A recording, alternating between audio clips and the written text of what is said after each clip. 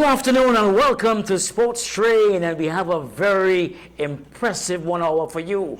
It's a very busy weekend. You have football, you have marathon, you have cricket, you have everything taking place this weekend, and it is just a time for the Sports Train to be running through your area. My name is Astil Ren and my fellow host is Riza Awasali. Riza, a very impressive and a very busy weekend. Let's talk about it. Oh, definitely, Astil. And this is show number 7. Could be lucky 7 this evening. Well, as you said, it could be lucky 7 because this is a good time for lucky 7. Good time, and of course our show is being brought to you by Blazer Sports Bar down there in Chagarit Road and Docks Engineering Works Limited. For your best housing needs. Thank you so much to our golden sponsors. Yes, we must say that. You know, I just want to start with, I was at Moss Friday afternoon, and a couple of people came up to me. There was Maksud, Maki, they call him. He said, "The train moving, man, the train moving." And then there were two others, who were quite impressed with what we're doing here. To the sporting public of our country. So, and then, the clip we sent to our special guest, Ian Morris, 400-meter Olympic runner. He was, he was very grateful.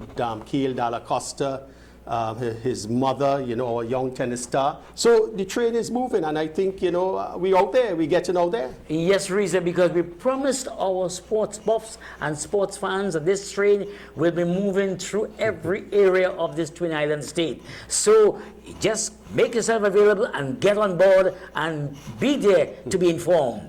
That is correct, and we are very happy to be here again live from our studios here in Diego Martin. Well, Astil, let's start a bit about, the big news that Brian C. Lara, Charles Lara, has been appointed as performance mentor to the West Indies team in all the teams for at least another 12 months. Yes. And I think there have been positive reviews about Lara's appointment. Well, there must be positive reviews about Lara's appointment. But my concern is that the results, I believe that Lara will be imparting invaluable instructions, tips and hints to the batsmen, but it's up to them if they take it. Like we said before, most of them, there is technical deficiencies, but Brian Charles Lara, he's a genius. A genius, and I believe he can turn things around. It will not happen on this tour, but as we go forward to the rest of the tour, maybe South Africa, and come back to the Caribbean, I believe we will see an improvement in the players, because you cannot be around Brian Charles Lara and you don't know what this man has in his mind and what he imparts to you. Well, definitely. So before we start, I had an interview with the Chief Executive Officer of Cricket West Indies, Mr. Johnny Gray from England. His contract expires at June this year. But Johnny had his say on the appointment and other things relating to West Indies cricket. He did give a background, of course, to his appointment about 4 years ago. But I just want to mention to you what Derek Murray said about Lara's appointment. Go ahead. He's quoted in the Express as saying on Friday, "Lara can make a difference to individual players, but I think the whole philosophy of West Indian cricket also needs to change, and that starts in the boardroom." Your thoughts on that statement? Derek Murray, he has said it all. That is what I've been pointing to all the while, because Lara is a genius. He's a masterclass. He's a world-renowned Brian Charles Lara. He can bat. He's number one. But the point is, it has to take place in the boardroom, because the philosophy of the West Indies mentality, it started under Clive Lloyd in the boardroom. Before that was extended onto the field of play. So I think Lara coming onto the team, coming on to be that man to change things around, it will happen. You will see things happening on the field of play. But for that philosophy to continue, for that what he has in his mind to spread throughout the Caribbean and to the respective territorial boards, it must start in the boardroom. And Derek Murray was spot on when he said that. Well, we have this interview now with the CEO, Chief Executive Officer Johnny Gray. The first part of this interview, he gets back to his background, moving to the West Indies from England, Lara's appointment, and some of it is the early exit of the West Indies in last year's World Cup. Exactly. I mean, So, I mean, that is very interesting to hear. interesting. And indeed. this is the first part of this interview with Johnny Grave. We'll hear the second half next week.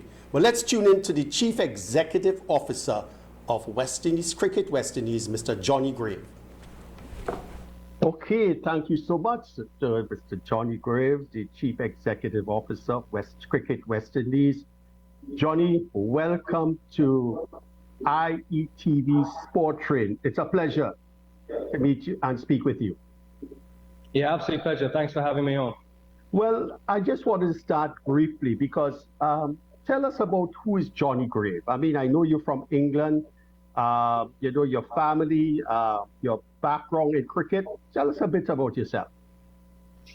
Yeah, I've been in the role for coming up to 6 years I think next week. Yeah, I've been based in Antigua with my family, 2 young children for that whole time. And prior to coming to West Indies cricket, I'd had 17 years working in cricket in the UK, as you said. So I spent my first 7 years working in the commercial department of Surrey County Cricket Club, based at the Oval Cricket Ground.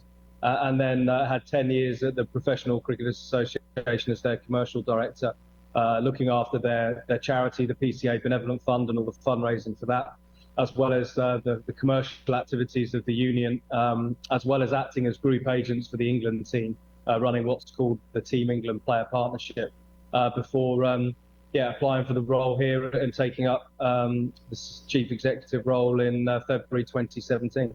Yes, excellent. Now, before we get into the depth of the interview, your reaction to the announcement that Brian Charles Lara has been, of course, gone into the West Indies team as a performance mentor. How do you feel about this?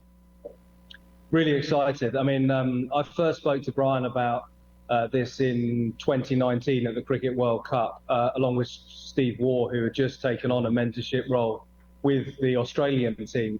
And Brian sort of remarked that if he ever had the time, that's kind of how he would like to add value, and he was desperate to help the team. And I think with his role now at Sunrisers Hyderabad taking up a significant amount of his time, but not all of it, and seeing the team and spending some time with the team in Australia, particularly during that test team, he reached out to Jimmy Adams and to President Skerritt, and there were several conversations about how Brian could get involved. And that's really through those discussions, and in the early part of this year when I was speaking to Brian with Jimmy Adams, it was all about how he can help the team play, smarter cricket, particularly from a tactical perspective, not just in the test match arena, but also in the white ball game. And with a 50-over World Cup and then the last few World Cups, not going well at all, to have someone like Brian with his experience, with the way that he thinks about the game, his approach to the game, being able to help and mentor the players in that, and also support the coaches, Jimmy Adams, yes, and the head coaches in particular on planning and the game strategies and the tactics that we need to employ, and supporting those captains as well in terms of field placings, how they go about the game, what they do in certain situations. I think to have Brian, who's very open to helping, and I must stress all West Indian teams, so this is the men's team but also the women's team, our emerging players team and our under-19s, to have someone of his experience who's willing to help and give up his very valuable time to assist our system and move it forward. Yes. I think it's a brilliant announcement, and it's a relatively short-term, flexible arrangement over the next 12 months because we're going to spend some time understanding, for Brian as well, to understand where he thinks he can add the most value and make the biggest difference. And then we'll see how it goes and review it towards the latter part. But I think we're all very confident to have someone of Brian's experience and his knowledge of the game to be able to pass that on to all players in our system is hugely beneficial to us. Great.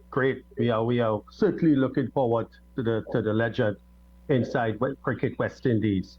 Talking about when you came to Antigua, or in fact your appointment was back in January 2017.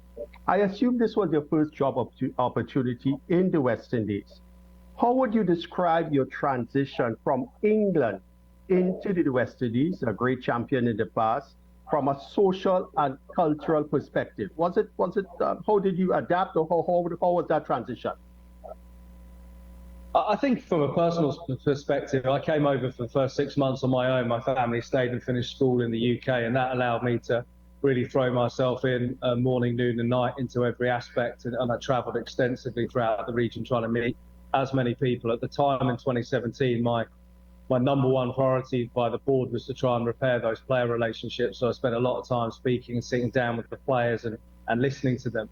And clearly, I don't think that happened enough. And therefore, they were able to really give me a real download of what they felt were the issues. I'd always been a West Indies cricket fan, so I was aware of some of the things. And PCA had tried to help the Players Association here in the Caribbean a few times during my time at the PCA. So I had a little bit of an understanding of at least the cricket system. And clearly, having spent 17 years in English cricket, they've gone from being a pretty amateur sport in the way it was administered on and off the field back in my early days at Surrey County Cricket Club. Yes. Towards the end, where it was a completely different, business, a completely different operation, and a highly professional on and off field team. So I was very much trying to come with that approach of professionalising every aspect of the game in the Caribbean on and off the field, knowing that it was going to be an enormous challenge politically, culturally, and also economically, in terms of trying to have enough resources to make those changes and make those investments. So, but yeah, look, I hadn't spent much time in the Caribbean before I came, Right. and luckily I'm married to a Kiwi who wasn't necessarily missing home in London, and had lived up growing by the beaches in Wellington. So coming to the Caribbean was at least, my other boss in her was she was very happy to adapt to life here. Well, I have to go back to our early exit from the World Cup tournament last year. We were, beaten up in the first round. I heard you mention about the system being broken. Well, not broken, on the Mason and Guest show. What I wanted to know is that how has this system failed, and why has it failed for so long? Look, I think the reason we found ourselves in Hobart in the first place was because the 2021 T20 World Cup had gone so badly, particularly that opening game against England, where we were bowled out so cheaply that our net run rate was so badly affected, and then we were on the back foot for that whole tournament. That tournament was played under a really difficult COVID situation. Our players have been pretty much living in a COVID bubble, either playing for West Indies or for franchise cricket. And they were going for the third World Cup victory in a row in the T20 format. But I think that 1 year delay, the likes of Dwayne Bravo and Chris Gale and those other World Cup winners, Karen Pollard, having not played that event outside of a COVID bubble in Australia in 2020, it being delayed by a year, being played in the UAE on pitches, that were slow and turning and not necessarily suited to our game. I think that firstly had a big impact, because that's what ultimately allowed us to drop low enough in the rankings to find ourselves having to get out of the first round. And then I think if you were to ask West Indies players where would they least like to be playing in must-win games, Northern England, Hobart, Australia would be some of the places that they would, probably put at the top of the list. It was cold. It was, again, not really suited to our conditions. And when we first put together the plans for that T20 World Cup, and playing Australia beforehand, there were only two teams that played in Australia prior to the World Cup winning, to try and acclimatise and get used to conditions. And that was England and the West Indies. Obviously, England went on to win it, and we didn't get out of the first round. But again, we wouldn't know when we were planning that that the World Cup qualifiers would have, well, one, that we would have been in them, and two, that they would be in Hobart. And then secondly, that we would play Australia on the Gold Coast, and the difference between the Gold Coast in terms of its conditions and climate to Hobart. So, look, at the end of the day, we again started slowly, and losing to Scotland, even though we beat Zimbabwe in the follow-up game, meant that we had to win against Ireland, or we were facing what event inevitably happened, which was, or eventually happened, I should say, was not beating Ireland. So we saw in that World Cup, though, and we're going to see it when we host it in 2024, when we're going to have 20 teams, that the associates in the shorter format of the game, are no easy victory. And we knew that from 2018 when we had to qualify in Zimbabwe for the 50 over World Cup, how strong those teams now are and how professional they've managed to get a structure in place on the field. Right. So, look, I think at the end of the day, we haven't been playing very good white ball cricket pretty consistently since 2016. And even in 2016, I don't think we were playing particularly good cricket leading up to that event.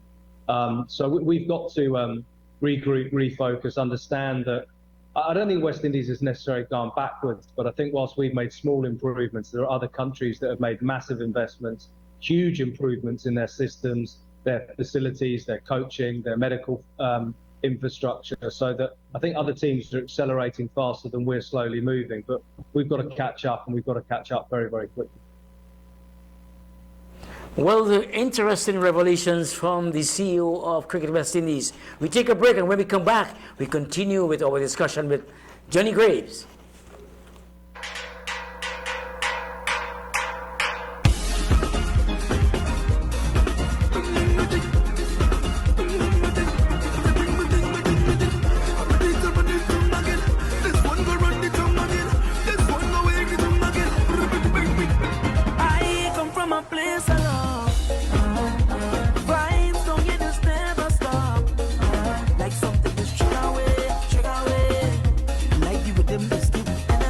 Are you ready to own your own home, but worried about time, money, and construction? We handle it all. With Docs, you can sleep in your dream. Make a down payment of $100K or $150K, and we'll build a 2 or 3 bedroom home on your unused land. A home is an investment into your future, so let's help you invest wise, invest well. Payment plans available. We're only a call away.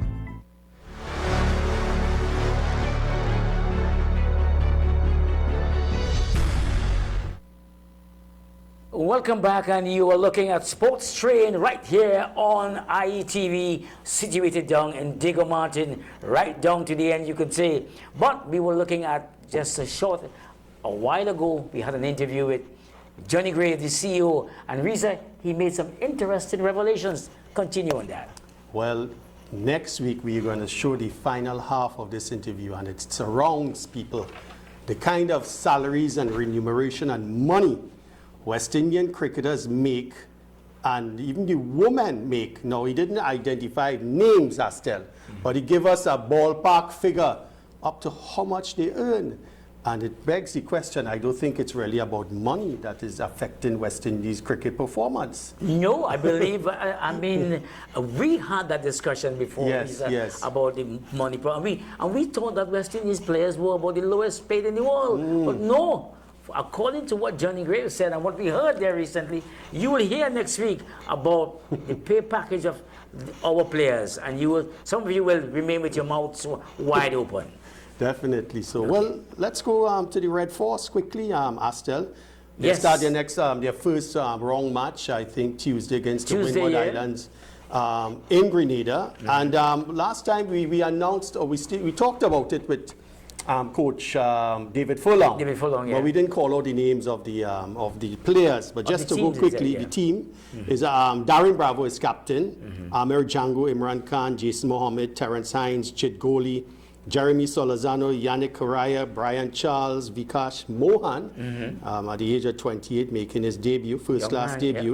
Uthman Mohammed, Tion Webster, Kari Pierre.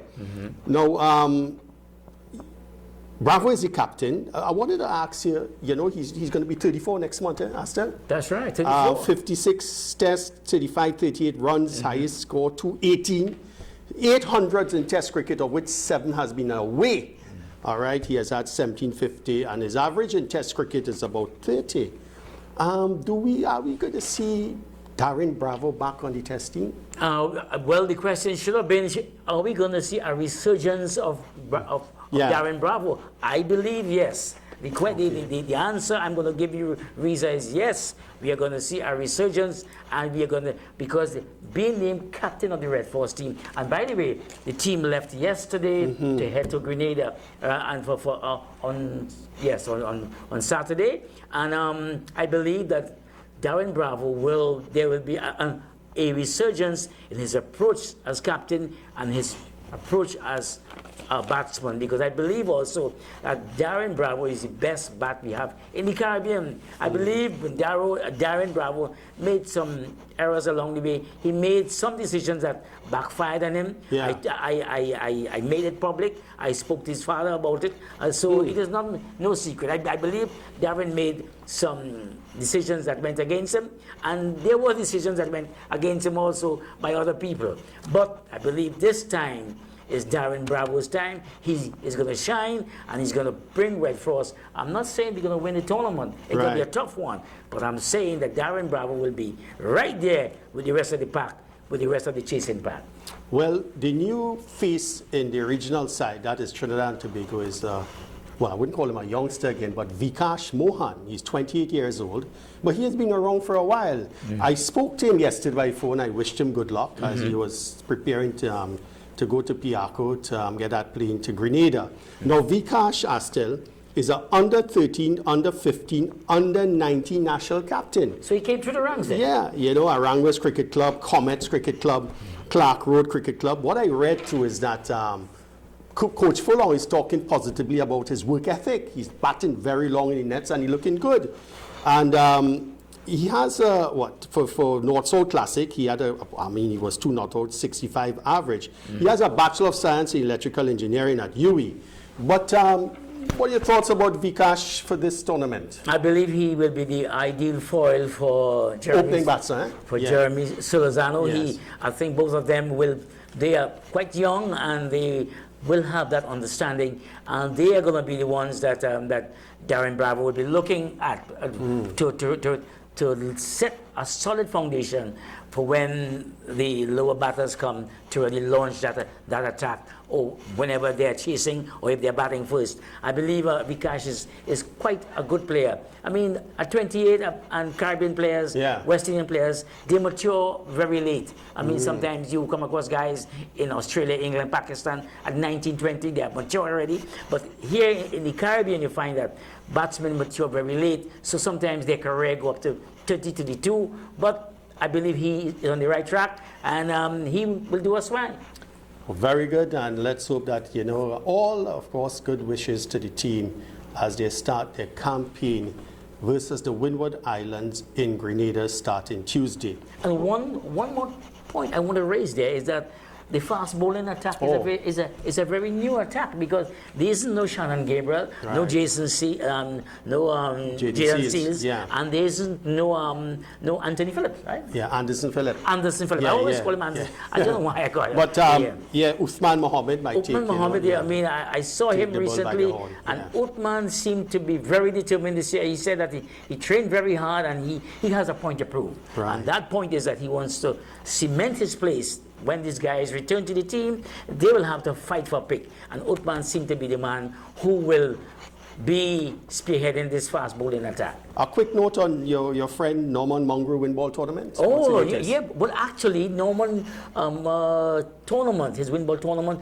his finals are taking place just about this time. Yeah, because last week he said the semi-finals came off. The finals will be taking place around this time. So Norman has been around for the past 20 years, and Norman Mongrel's win ball tournament is serving the public well, and it is serving players and fans who would like to get into, who would like to know more about cricket, who would like to get into the game.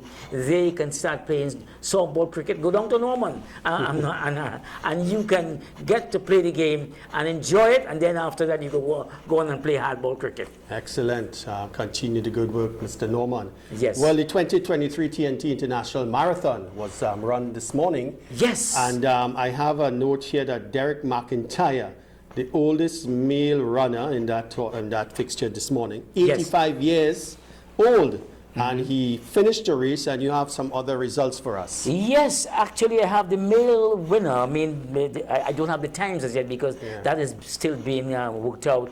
Jason Sawyers, so he won the marathon, followed by Christopher Mitchell, and you had Kelvin Johnson from Guyana. He now lives in Trinidad. Yeah, he has been around for quite a while because I know of Kelvin Johnson. He's a hard worker. He's a very, very interesting person, and he came third in the female category. The winner there was Sade Mahaber, followed by Onika Marie Britton, and Karen Samuels.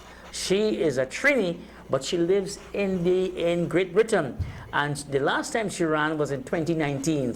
So she has done well to come back after all these years to place third in this year's marathon. And I think we say congrats to all of them because the marathon, 26.2 miles, is not an easy feat. I've spoken to people. I have walked the distance many times, and it is a difficult task because after 18 or 19 miles, they have something called you hit the wall, Reza. And when you hit the wall, it's just natural instinct. You're running on instinct alone. Just running because you know your body is moving. There's no coordination in your mind what you're doing, but you're just running. And you got to complete 26.2 miles, Reza. It is a difficult task. Fantastic, fantastic. This is what is happening on the train, Maksud. This is what is happening on the train. All right, so let's take our next break, and when we come back, rising star golfer Chris Richards Jr. Stay tuned.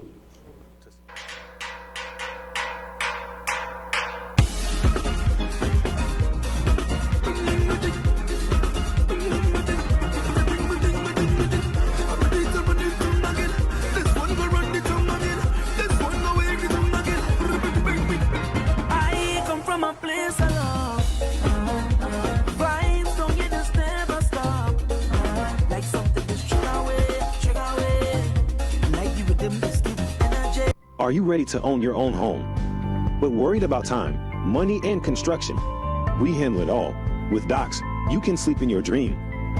Make a down payment of $100K or $150K, and we'll build a 2 or 3 bedroom home on your unused land. A home is an investment into your future, so let's help you invest wise, invest well. Payment plans available. We're only a call away.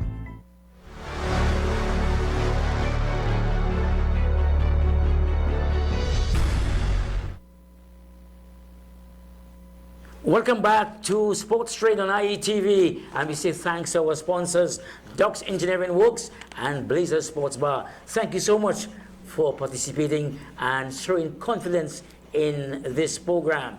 And before we go to Rising Stars, I must mention, Ariza, there's football action on this evening at 6 o'clock. Anglesey, the national team, they will be in action against St. Martin at the Hasty Crawford Stadium.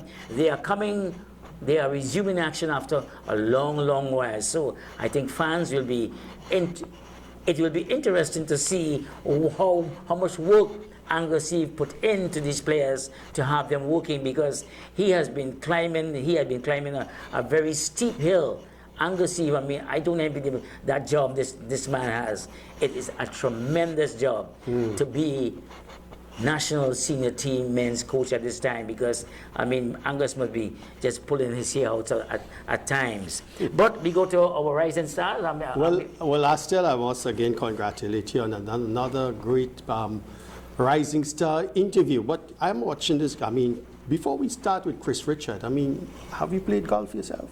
Well, I played golf once. Yeah. And my handicap is, I cannot reveal that handicap. It is unbelievable. You know, handicap's supposed to be, I mean, 9, 10, 11. Mine is way down. Because, you know, maybe, you know, at some time in this show, hopefully, we could get someone to explain to us how golf is scored and all that stuff. Correct, you know, yes. the intricacies of it, you know, because I have never held a golf club in my life. Well, I think it's time that you go into the golf course, man. There are so many Shagaramas, Millennium, and you have at St. Andrews. I think we are going to spend a time, sometime during the week, we go up, we get Chris Richards Sr., that is Chris Richards' father, to teach us something. I'm looking forward to that. Right. All right. So, well, Chris Richards, as you know, we have had on the top He won, I'm seeing here, winner of the 2022 Tobago Open. He has won the Point-A-Peer Open title. He's about 18 years old. Yes, you know, 18 years, yeah. a Republic Bank Junior Open. Part of the representative team to the national senior team, so I think last year again. And a senior, he's among the ranks of the senior. And first TNT golfer to play at the Junior President's Cup 17th of 18th of 20 last year in North Carolina. Correct. Impressive resume. The boy has a very impressive resume, a very, very impressive resume. And I believe his big one, he won the Trinidad and Tobago Open. That is where every golfer in Trinidad and Tobago, they would like to put their hands on that trophy. And Chris Richards Jr. did that. And I mean, it is a fun. It was an honor to talk to this young man. I mean, he was so cool and so calm. But let's hear what Chris has to say at this time.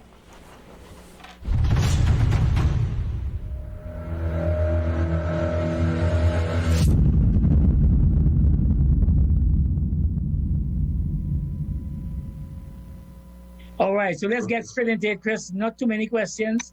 Chris, one question. The first one is, what role did your dad play in you getting involved in the game of golf, or the sport of golf?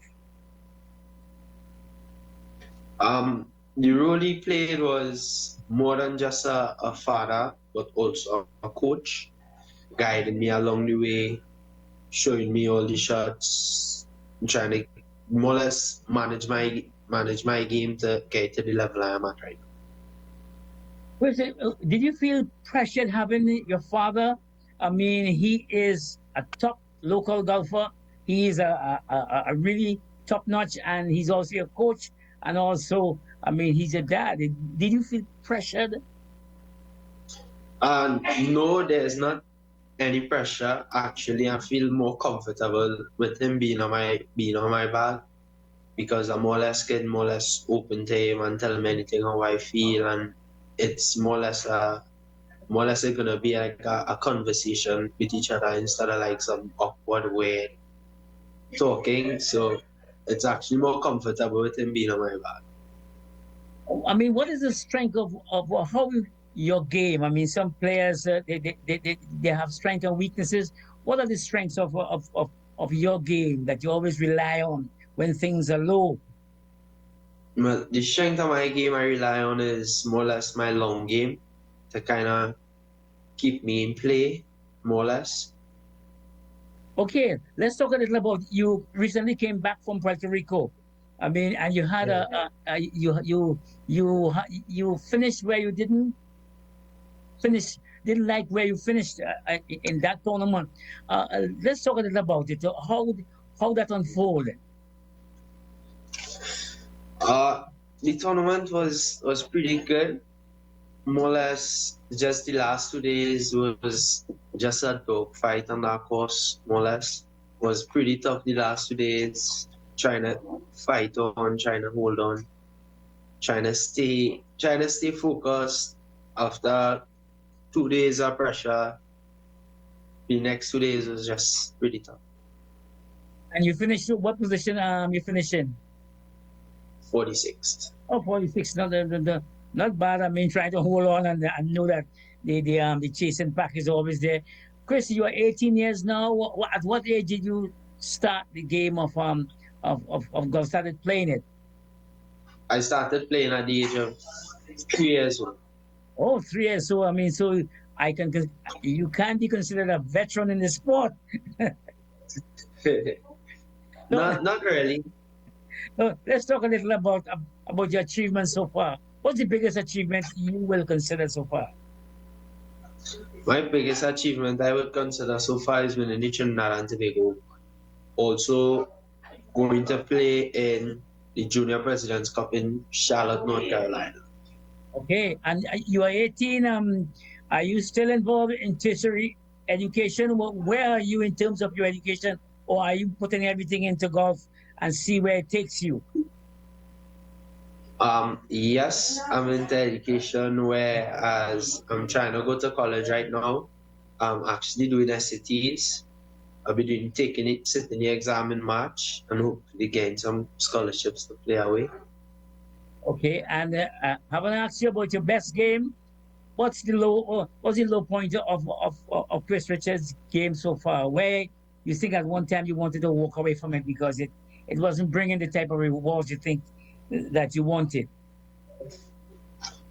It was not really a walk-away situation, but the lowest point of my game, I would say right now, is my short game, where it should be the most important part of the game is my weakest part of the game. So, okay, so let's talk. Go ahead. Sorry. Nah, it's been pretty tough holding on with that weakest part of my game right now, and I'm fighting and training really hard to get it back to start. I mean, okay, talking about the weakest point part of your game, what about the family support? I know your dad is your coach, your mentor, your everything. What about the rest of the family? Have they been behind you? Yeah, definitely. They are my biggest supporters. Every tournament, they always cheer me on. Even though I go to the tournament, they always wishing good luck. And the family support is there. It's tremendous. Okay, and Chris, what's the immediate goal for you at this time? Because you mentioned that you aiming to go to college. I mean, what's the immediate goal in terms of tournaments and your goal so far? My goal this year is more or less win every tournament in Trinidad and Tobago. Okay, and I mean, and how has been the form? I mean, playing on the local scene so far. Well, I haven't played any local championship tournaments so far. So, but practicing my game is at a good standard where I believe I can compete, even win in Trinidad and Tobago. Chris, I mean, there are many youngsters such as you playing in various sporting disciplines.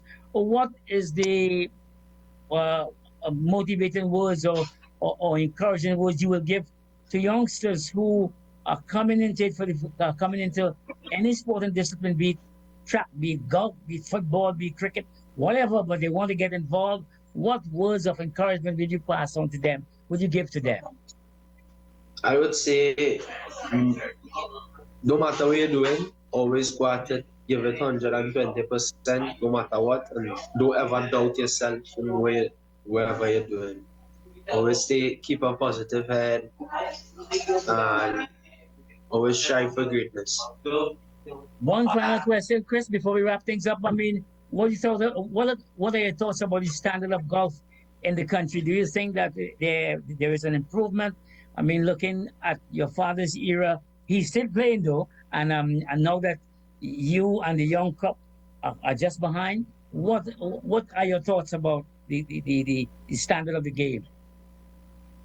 Well, I don't really know much about the standard of the game back then, because I'm pretty young, but I believe the standard of the game hadn't dropped in Trinidad, so I believe it's still a pretty tough fight when you're out there.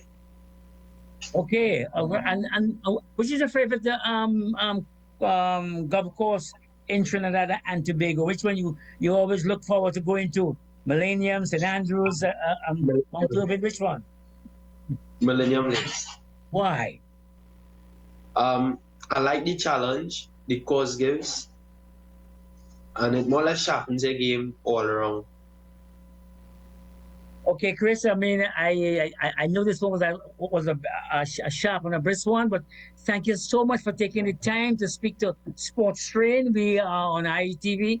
We come every Sunday, and you will be featured not this Sunday, but next Sunday as our rising star. So thank you so much for the opportunity to speaking with you, and give my regards to your father also.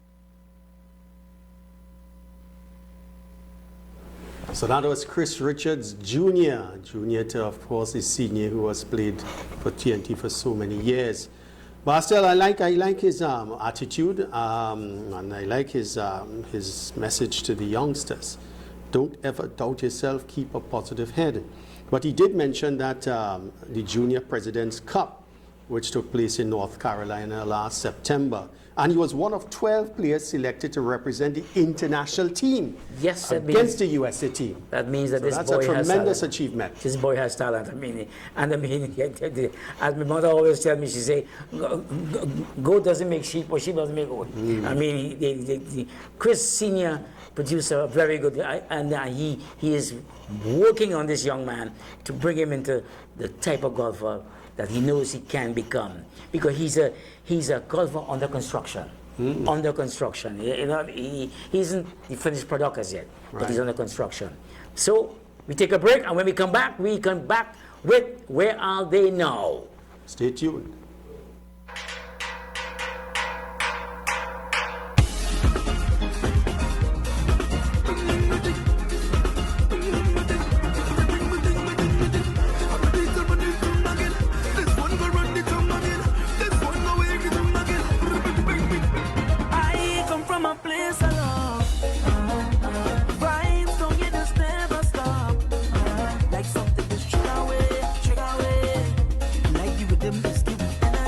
Are you ready to own your own home, but worried about time, money, and construction? We handle it all. With Docs, you can sleep in your dream. Make a down payment of $100K or $150K, and we'll build a 2 or 3 bedroom home on your unused land.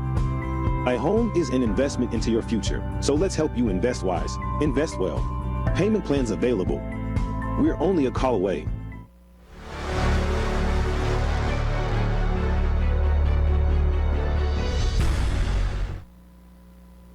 Welcome back to Sports Strain, here live from our studios here in Diego Martin, and thanks again to Docs Engineering Works, Blazer Sports Bar, and Docs Engineering Works for their golden sponsorship. Thank you, gentlemen. So we have now, Where Are They Now? A footballer, national captain, Buggy Haynes, Takarigua man. You've cricket, football, baseball, table tennis in his young days. Let me see here. 1988, opened his coaching school, giving back to the community. And Marcel, one of his words of wisdom, or your words, God, parents, books, and education. Buggy Haynes is no doubt a legend of Trinidad and Tobago football. Let's hear it. Yes, indeed. 74-year-old Buggy Haynes. I came across Buggy Haynes many, many years ago. I saw Buggy walking across the Eddie Hart Savannah, and Buggy was, somebody told me that is Buggy Haynes. Buggy had on whites, going to play a cricket match. So I said, Buggy Haynes. So I said, Buggy, how come you're playing cricket? How come you're playing cricket and I know you as a footballer? Everybody knows Buggy Haynes as a footballer. Buggy says, I play all the games, I play cricket, football, everything. So I was intrigued at this man, and this man was playing cricket, and he told me he loves the game. He is in love with cricket, but he loves football also, and he had to make that distinction between football and cricket. He went on to become a national footballer, and at one time I thought his name was Buggy Haynes Bound to Score. But he clarified that for me. Wilfred Bound to Score Cave. Yeah. The man who was called that was Wilfred Cave. He told me he wasn't bound to score. Yeah. So let's hear Buggy Haynes' story.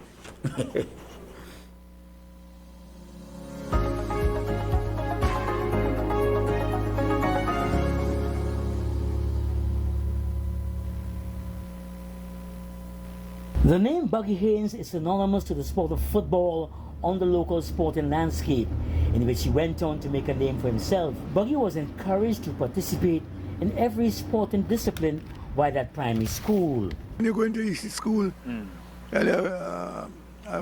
sports master, they used to call them sports master at the time.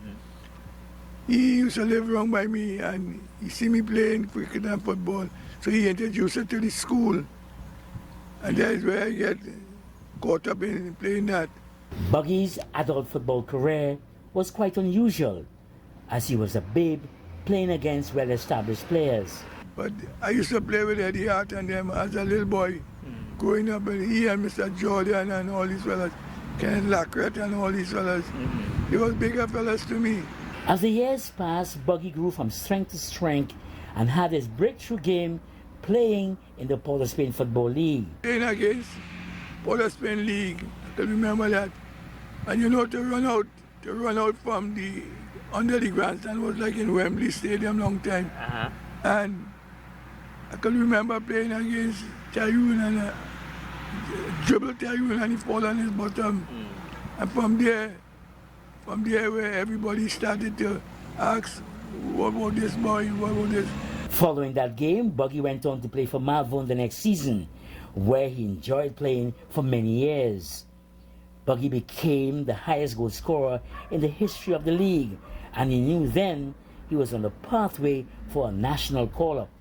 And from there with Sedley Joseph, Alvin Cornell and all of them, then after you start studying, well, hey, if you're reaching these fellas with these big guns and them, you know you can represent Trinidad. Getting on to the national team, Buggy became one of the youngest players and was a regular in the starting 11. He was the youngest out of all. And we played there, and after that, you could say, well, what has happened? I replaced Pat Small. And Pat Small was in front. And as soon as I come into the game, Pat Small get dropped, and I was the permanent fixture in the front line. Buggy rates wearing the captain's armband as one of his proudest moments in national colours, and a game against the USA as his best game for this country. I didn't score none in that goal, but as they say, assist. As they say, assist. Steve David and all these others score goals. I didn't score any. But that was one of the best games I think I played, because when I get the ball and dribble past the ball, and then there was the goals. Buggy called time on his career at the age of 29, having gained 9 national caps and scored 2 goals. Following his retirement, Buggy went on to establish the Buggy Haynes Coaching School, which caters for cricket, football, athletics, and the sport of hockey is on the drawing board. The school is still operating today. I have to thank the people who assisted me in the cricket and football, and especially the people around here. Yeah, because without them, without all the reporters, I wouldn't have been nowhere. Buggy Haynes was awarded a national award in the Hummingbird Silver Medal. The 74-year-old Buggy Haynes is a member of the Green Space Committee, which has been fighting for the people's right to be owners of the Tacarigua Savannah. What I did around here is not for me, it's for the children, because as I told them the other day, that once you as a coach, you don't study yourself. Correct. Yes, and I study my children. When I coaching them, I study them for them to reach further. Today, Buggy Haynes oversees the preparation of the cricket pitch along with his friend Egan Bazzi, and he's very content with his achievements and his life. Well, Ulrich, Buggy Haynes, I mean, what a story indeed. 74 years old now, and Buggy Haynes is still looking after a footballer, looking after a cricket pitch. When we went down and met Buggy at the Etihad Savannah, Buggy was preparing the 2nd wicket for the upcoming season. So Buggy Haynes is quite active, and he has been doing all the work. I mean, we mentioned the Green Space Committee. They have been fighting for the people's right to stay owners of the Tacarigua Savannah. Riza? Oh, great, man. What, he was Hummingbird Medal Silver recipient last year? Yes, indeed, and he was proud to be the recipient of that medal, because he said it is national recognition of his talent and the hard work which he put out. But we move on to great moments in West Indies cricket, and I know some of you are waiting eagerly for this moment, because it is West Indies against England in 1984. Riza, expand on that for us. Oh my God! Well, when I hear these, when I get to show these videos, I just want to tell you, youngsters who are looking on, you know, when you see these kind of videos, not only in cricket but in other sports, you know, take something from it. Look at it. How did they accomplish and achieve these magnificent things? So we go to England in 1984. West Indies to England in 1984. They won this Test series 5-0. Known by, known around by Caribbean writers as the Blackwash. And this is his second test at Lord's in 1984, June, July. Greenwich and Gomes in action. In fact, you know, David Gower, he declared on the last day about, you know, leaving West Indies 344 to make in 5.5 hours. And would you believe Gordon Greenwich and Larry Gomes put on a stand of 280 plus to catapult West Indies to a memorable victory at Lord's in 1984. So let's have a look at Greenwich and Haynes in action. Lord's 1984. Great moments in West Indian cricket. And Greenwich has completely dominated that first session of play there. 54 not out of a total of 82, with Desmond Haynes run out and Larry Gomes just coming in to push the ball around for a few minutes before the luncheon interval. 82 for 1, and that leaves the West Indies with 260 to make off what I reckon would be a maximum of around about 60 overs. So it's really like a limited overs match. Depends how they can attack this situation. Foster to Greenwich.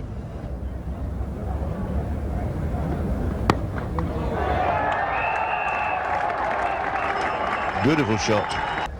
And then to Greenwich.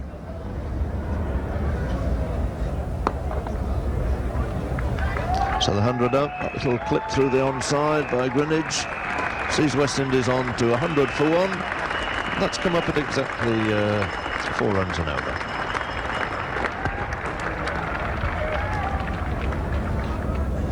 New over from Neil Foster. Greenwich on 61. That's threw mid off for 4 runs.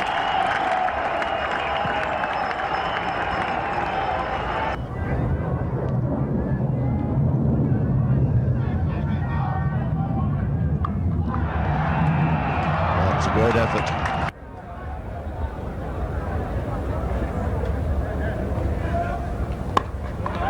That's a lovely Gomes shot this time. Strokes it away most elegantly through the offside. 3 runs will give Greenwich the strike.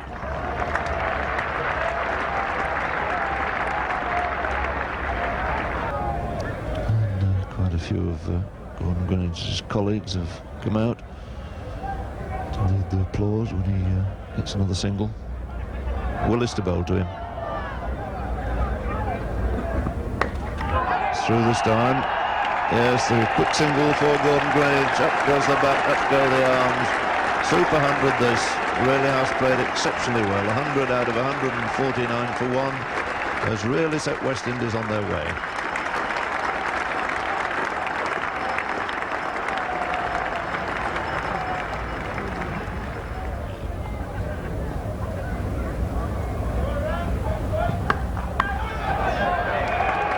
Beautiful shot from Gomes off the back foot. Not a bad ball that from Botham. It wasn't all that short. And the 100 partnership comes up with a stroke from Gomes, beautifully timed and nicely positioned.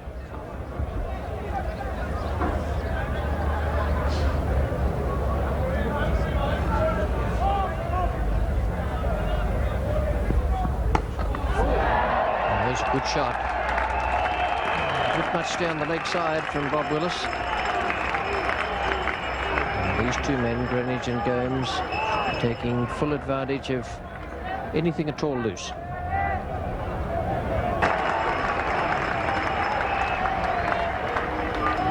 So the stands worth 143 at the moment. 46 to Gomes. That's a good shot. Again, excellent use of the feet there. Exactly what it was all about. He's cracked it straight for 4 to bring up a very good 50 for Larry Gomes.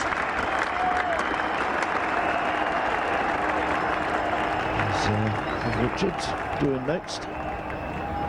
Let's see if he gets a knock.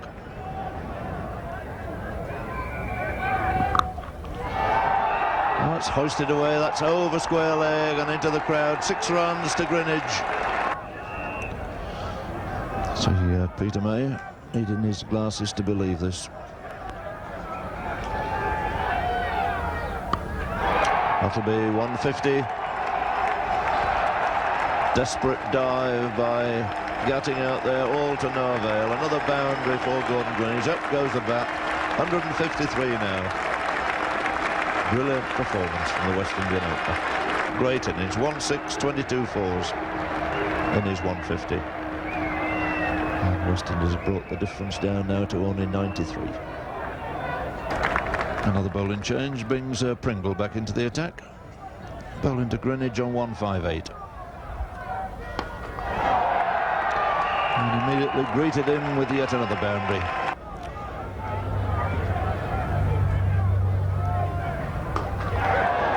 It's gone again. 4 more.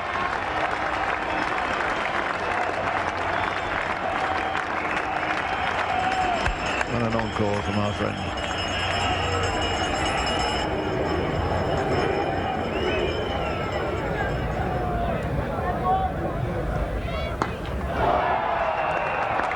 Worth 4, that shot. Brilliantly fielded by man out at cover, Mike Gatting. That's typical of the stroke play of these two fellas today.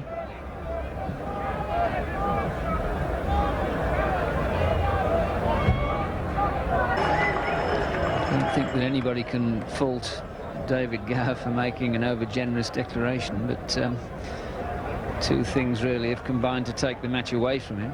They're both interrelated. One is a great innings and the other is the fairly ordinary performance by his attack.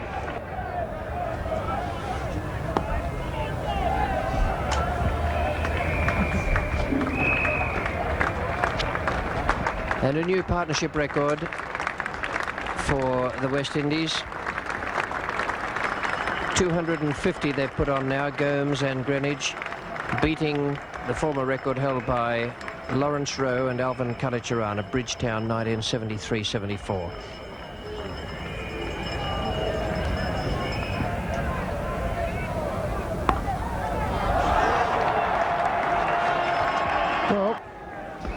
Well, this is fairly typical of England's out cricket. He's peppered that mid-wicket boundary, but my goodness me, he's been fed it. Well, let me correct myself quickly. That was Gordon Greenwich and Larry Gomes. I don't think Larry would be pleased that I excluded his name. But West Indies, they chased down 342 with 11 overs to spare on the final day. Gordon Greenwich 240 not out. Larry Gomes 92 not out. I mean, batsmanship at the highest level, Astor. Batsmanship at its highest order. And indeed, because you had, in cricketing terms, they call it a sporting declaration. The commentator said an over-generous declaration. Because I thought David Gower, what was going through his mind, he thought his seamers would have done the damage because he had Pringle, Foster, and he had a good...